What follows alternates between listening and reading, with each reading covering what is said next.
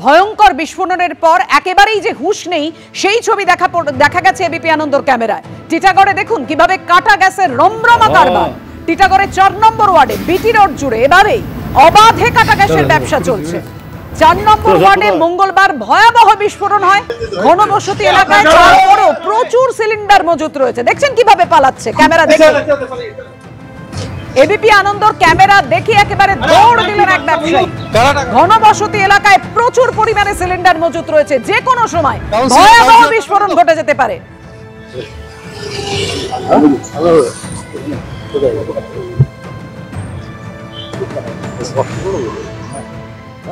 টিটাগড় পুরসভার 4 নম্বর ওয়ার্ড, আর যেখানকার তৃণমূল কাউন্সিলর আরমান মন্ডল ওরফে মোহাম্মদ রিয়াজউদ্দিন।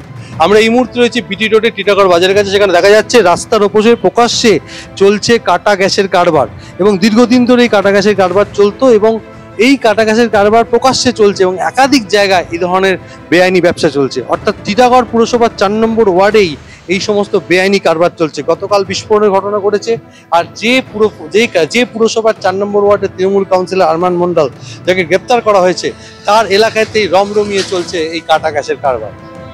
একেবারে বুঝতেই পারলেন যে আইনকে বুড়ো আঙুল দেখিয়ে কিভাবে ঘনবসতি এলাকায় প্রচুর সিলিন্ডার মজুত করা হয়েছে এবং অটোতে কিভাবে রিফিলিং করা হচ্ছে। কাটা গ্যাস দেখতেই পাচ্ছেন একদম পরিষ্কার। এবিপি আনন্দর ক্যামেরা দেখা মাত্রই যারা মজুত করে রেখেছেন এরকম অবৈধভাবে এই গ্যাস সিলিন্ডার পালিয়ে গেলেন, রীতিমতো দৌড় দিলেন। তুমি এই ব্যবসা করো না? আমি কাজ করি। মালিক কি? মালিক ওই এখন গেল ওই। আচ্ছা, এই যে তোমরা এখন ব্যবসা করো, তুই বারণ করে না? হ্যাঁ না, তোমাদের এখানে কেউ বারণ করে না? কতদিন ধরে করছো? এই আমার 1 মাস হলো। 1 মাস তোমরা বারণ করে না কেন? চালায় কাকে টাকা দিবা? কাকে টাকা দিবা আমি জানি না। এই কারা টাকা নেয়? পুলিশ টাকা নেয়? কে টাকা নেয়? এই বেরিয়ে গেছে। কে টাকা নেয়? পুলিশ। কে টাকা নেয়? পুলিশ। কারা টাকা নেয়? হ্যাঁ, কারা টাকা নেয়? কোথায় করছো? হ্যাঁ, এই কে জানে কাকে বলেই কারবার করছে? কাউন্সিলর জানে? কাউন্সিলর কি এখানে? এই আরমান মন্ডল। ও কি তোমাদেরকে করতে বলতো? हाँ, কি বলতো? ना वो काम करते हैं यहाँ पर बस। জানে?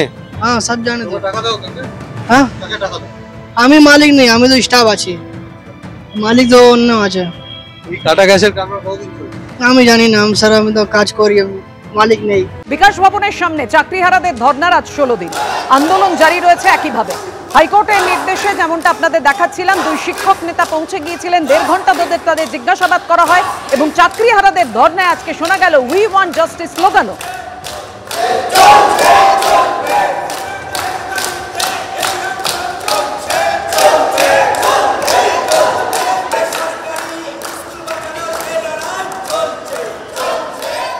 শুনানিতে বলা হয়েছে যে এখানে 50 থেকে 100 জন মিলে জমায়েত করে ধর্ণা মঞ্চ চালাতে পারি, আর অধিক সংখ্যক করতে গেলে সেন্ট্রাল পার্কে গিয়ে আমরা করতে পারি। লিখিত কিন্তু কোর্ট অর্ডার এখনও এই বিষয়ে কিন্তু আসেনি। তো যেহেতু লিখিত অর্ডার আসেনি, সেই জন্য আমরা আপাতত এখানে স্থান ত্যাগ করছি না। আমাদের ধর্ণা যেমন চলছিল সেরকম অ্যাজ ইট ইজ আমাদের ধর্ণা কিন্তু এখানেই চলছে। হাইকোর্টের নির্দেশে বিধাননগর উত্তর থানায় হাজিরা দিলেন সংগ্রামী যৌথ মঞ্চের ইন্দ্রজিৎ মণ্ডল ও সুদীপ কোনার। কি বলেছেন তারা? পুলিশকে তাদের জিজ্ঞাসাবাদ করেছে, বিষয়ে আমাদের জানাবেন। আমাদের সঙ্গে রয়েছেন আমাদের প্রতিনিধি পার্থ প্রতিম ঘোষ। পার্থ, জানাও। দেখো, আজকে প্রায় 1.5 ঘন্টার ওপর এই দুজনকে শিক্ষক নেতা ইন্দ্রজিৎ মণ্ডল এবং গ্রুপ ডি চাকরিহারা সুদীপ কোনার দুজনকে কিন্তু হাইকোর্টের নির্দেশে তারা বিধাননগর উত্তর থানায় আসেন এবং তদন্তকারী আধিকারিকদের মুখোমুখি হন। এক্ষেত্রে আমি বলে রাখি, তাদের দুজনকে কাছ থেকে বেশ কিছু বিষয় পুলিশ সূত্রে খবরটা জানতে চেয়েছেন এবং তাদের গোটা বক্তব্যটা ভিডিও রেকর্ডিং পর্যন্ত করা হয়েছে।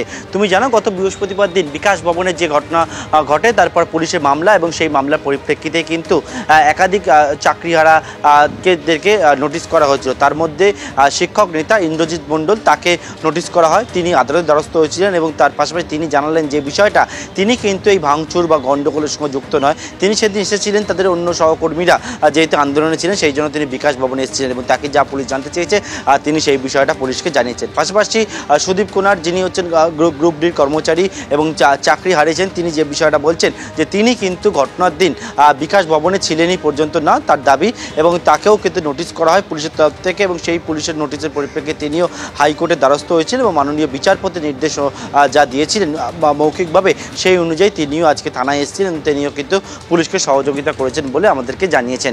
তবে এই দুজনকে আবারও পরবর্তীকালে ডাকা হতে পারে বলে পুলিশ সূত্রে আমি জানতে পারছি। পুলিশের তরফ থেকে মূলত যে বিষয়টা বলা হচ্ছে যে ঘটনার দিন অর্থাৎ গত বৃহস্পতিবার দিন বিকাশ ভবনে যে পরিস্থিতি তৈরি হয়েছিল তার জন্য কে বা কারা দায়ী ছিল সেই বিষয়টি তারা জানার চেষ্টা করছে, কিন্তু শিক্ষকরা বলছেন যে বিষয়টা তাদের চাকরি হারালেন, তারা মার খেলেন এবং তার পরবর্তীতে তাদেরকে কিন্তু পুলিশের নোটিশ এবং তার এইরকমভাবে হেনস্থার শিকার হতে হচ্ছে। তবে এই মুহূর্তে তোমায় বলবো গতকালকে 4 জন চাকরিহারা শিক্ষককে পুলিশ প্রায় 1 ঘন্টার উপর জিজ্ঞাসাবাদ করে এবং আজকে দুজনকে হাইকোর্টের নির্দেশে তারা আসেন এবং আসার পরে তাদেরকেও প্রায় 1.5 ঘন্টার ওপর আলাদা আলাদা করে জিজ্ঞাসাবাদ করা হয় এবং গোটা জিজ্ঞাসাবাদের প্রক্রিয়াটিকে ভিডিও রেকর্ডিং পর্যন্ত করা হয় বলে আমরা পুলিশ সূত্রে জানতে পারছি।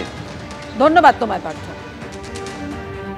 ইন্দ্রজিৎ মণ্ডল ও সুদীপ কোনার যারা হাইকোর্টের নির্দেশে আজকে বিধাননগর উত্তর থানায় হাজিরা দিলেন, হাজিরা দেওয়ার আগে তারা কি বলছেন রাখবো আপনাদের সাথে। যে ঘটনা হয়েছিল সেই ঘটনাতে আমাদেরকে ওনারা তলব করেছিলেন এবং প্রথমে যেহেতু ওই ঘটনার সাথে আমি কোনোভাবেই যুক্ত ছিলাম না, তো হঠাৎ করে আমি চিঠিটা পেতে তো অবাক হয়ে যাই এবং সেই হিসাবে আমি ওনাদের সাথে দেখা করি। ওনারা যথেষ্ট মানে কি বলবো সহযোগিতার সাথে ভালোভাবেই আমাদের সাথে ব্যবহার করেছেন এবং সহযোগিতাও করেছেন এবং আমরাও বলেছি যে ভবিষ্যতে তদন্তের স্বার্থে যদি কোনো প্রয়োজন হয় অবশ্যই আমরা সহযোগিতা করব। আমি ঘটনার দিন ছিলাম না, আমি আমার বাড়ি আরামবাগে ছিলাম। উদ্দেশ্যপ্রণোদিতভাবেই তো এগুলো নামগুলো দেওয়া হচ্ছে, কারণ আমরা কেউ সম্পত্তি ভাঙচুর করার পক্ষপাতী নই, কেউ পুলিশের গায়ে হাত তোলা, প্রভোকেশন করা এগুলোর সাথে আমরা কখনোই জড়িত নই। আমরা চাই শান্তি শৃঙ্খলা বজায় রেখে আন্দোলন পরিচালিত হোক। পুলিশের সাথে আমরা যেভাবে সহযোগিতা করেছি আগামী দিনেও পুলিশ ডাকলে আমরা আসবো, কারণ আমরা বিলিভ করি যে আমরা কোনো অন্যায় কাজ করিনি।